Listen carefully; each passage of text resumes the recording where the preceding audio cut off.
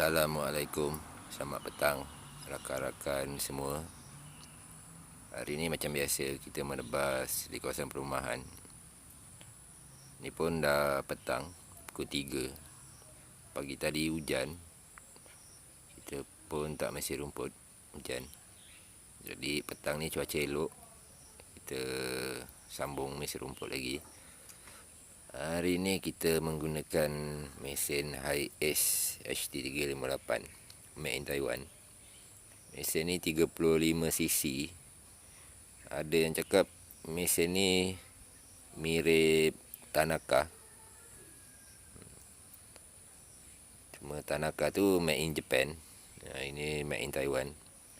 Murah sedikit harga dia daripada Tanaka. Kalau baru pun dalam 700 lebih.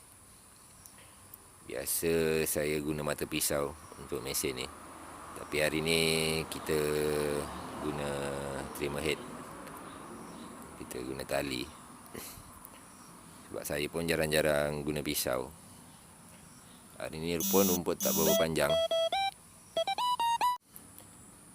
Kita simpan mesin Aswana dengan mesin Mitsubishi. Kita guna sisi kecil sikit.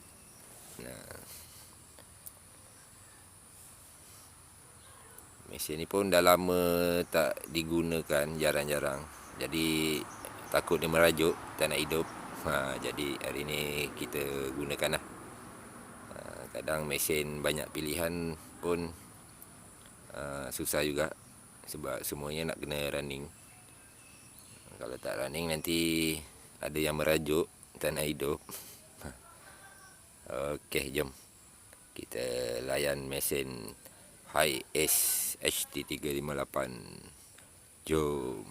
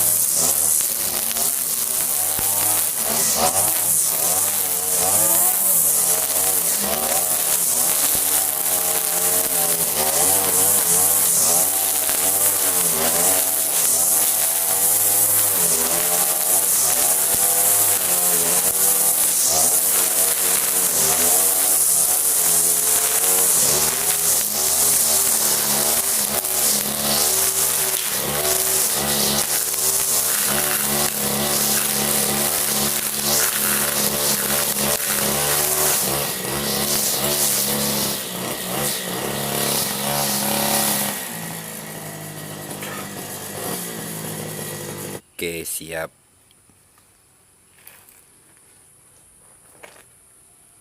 Mesin Hi-Ace HT358. Boleh tahan juga mesin ni. Kuat. Pakai pisau pun sedap. Kalau guna plate pun sedap. Pakai tali. Made in Taiwan 35cc. Berbaloi beli mesin ni. Harga market sekarang dalam 700 lebih kalau tak silap. Siapa-siapa yang mencari mesin cc kecil tu, boleh. Saya recommend mesin ni. Memang mantap.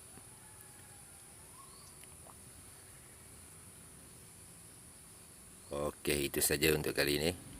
Assalamualaikum. Bye-bye.